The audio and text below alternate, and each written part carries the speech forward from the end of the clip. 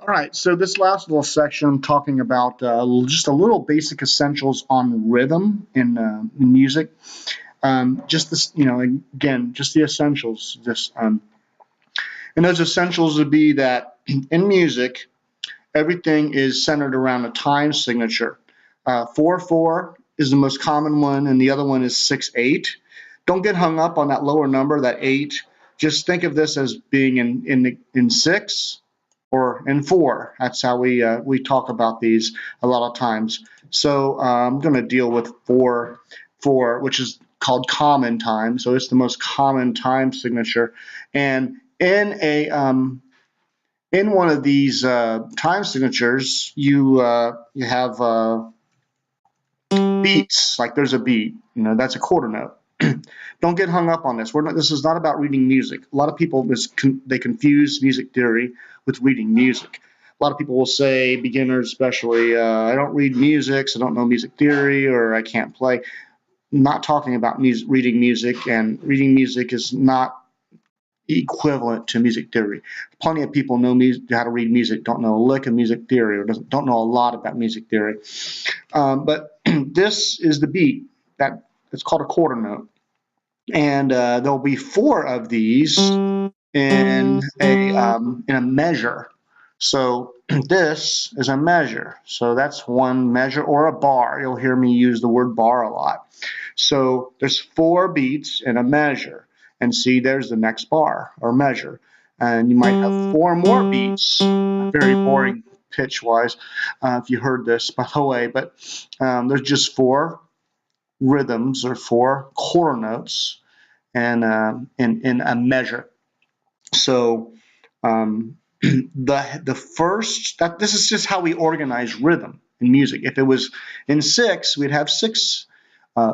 It'd be eighth notes, but don't get hung up on that. 6 beats in 6/8 for a measure, and that's how we organize and how we think about the rhythm within music. So we're organizing everything in terms of groups of 4, and we call those groups a measure or a bar. And where that becomes important is in a song, you might want to know, how long do I wait before I come in, or how long do I wait before this happens? And we answer those questions by thinking in terms of beats and in terms of measures or bars. So I'm going to show you that in this multi-track I have of the Jesus Culture song Fierce. There's what you're seeing here is on my multi-tracks of the song at the top. See, it says bar 1, bar 2, bar 3. So those are the measures. And I like this because you can see the music going by as we are, watching the, you can see the cursor go by as you see the bars. For instance, I'm going to turn the click track on, so hopefully you can hear this. It's going to have 2 measures right here of counting before anything happens. And then the intro happens right there. And that intro is going to be 8 measures if you count from 3 to the end of bar 10. That's an 8-bar and measure. And by the way, things in music tend to happen in 4s and 8s, in 12s, 16s. That's the most common numbers of measures you have for that happen in music.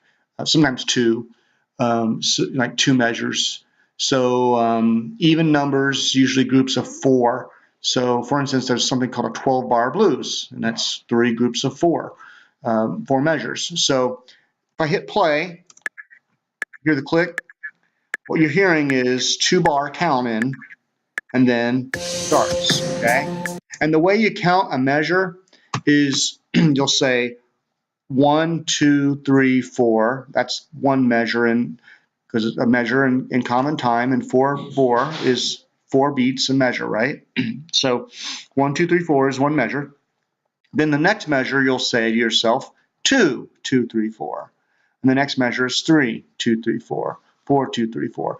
And what that does is that first number, which is you're substituting out the first beat of the measure with the measure number, helps you keep track. So hear me count, and there's a 2-bar before the intro, and then I'm going to count 8 until for the intro, until the vocal comes in. So let's hear how that works. You can hear me count against the click. So it's 1, 2, 3, 4, 2, 2, 3. Here comes the intro. 1, 2, 3, 4.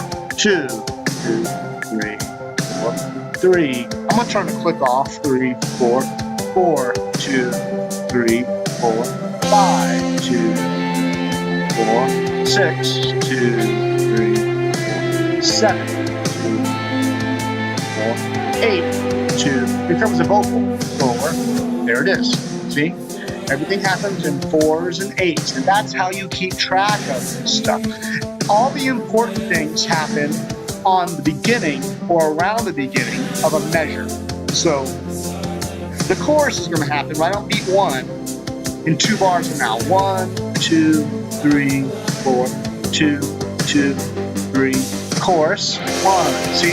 There it is. So everything important happens at the beginning of a measure. So you want to keep track of measures, and the measures are grouped in 4 if the time signature is 4/4. If it's in 6/8, the measures are grouped in 6. And ultimately, you don't want to count. I'm counting now to demonstrate it, to teach, but ultimately you count so that you don't have to count.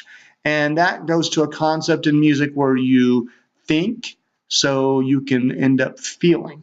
And it goes back to what I said in one of the previous sections, where the key to learning this stuff is you have to not be intimidated by the short term to get to the long-term benefit, the short-term pain for the long-term benefit. And the short-term pain is, yeah, you're going to have to use your brain. You're going to have to think. You're going to have to get a little technical.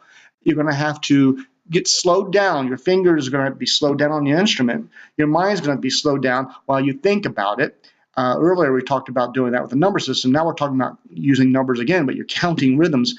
And you count the rhythms over and over again like this until you get to the point where you start to feel it. You don't even know you're doing this, and repetition brings this about to pass, and eventually you feel, and at that point you don't have to count anymore. I can feel every 4 beats. I feel that it's called the downbeat, which is that first beat in every measure. It's a heavy accent. I'll play the song and demonstrate it. I'll kind of clap on the heavy accent. So there's the heavy accent, and here comes again. Every 4 it pushes 2, 3, 4, 1, 2, 3, 4, 1, 2. You hear these chord changes happening every 4. 1, 2, 3, 4, 1, 2. And then it's going to break. Next measure. 1, 2, 3. Verse. 1, 2. See? Everything happens in groups of 4s, and if you're in common time, known as 4/4.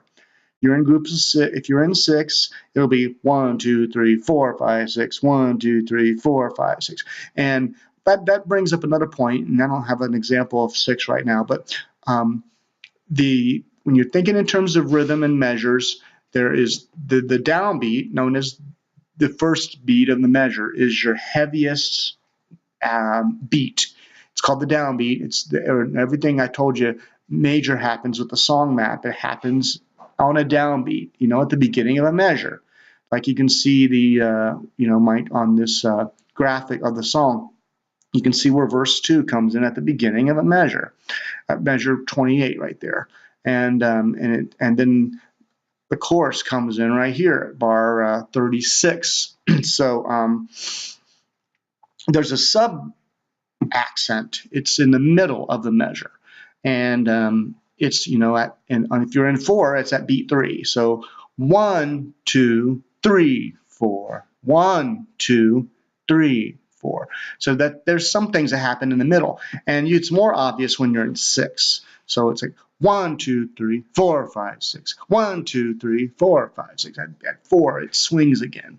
Okay, so keep those things in mind, and that's really what I consider the essentials that you need to know of music, of rhythm for church musicians. And you need to know those things so that you can think in terms of the song map, as you can see it visually here, and so that you can count and ultimately feel the map you kind of learn to feel what 4 bars feels like when they're flying by on an instrumental or something, and you have no lyrical reference for how long is this instrumental gap going to be. Well, you can feel 4 bars eventually, and if you can't, then you need to start counting. Count until you can feel it, and eventually it might take you months, it might take you years before you can do that, but eventually you'll learn to feel this stuff go by, and at that point you have an internal clock that helps you with the mapping of songs and knowing where things happen, where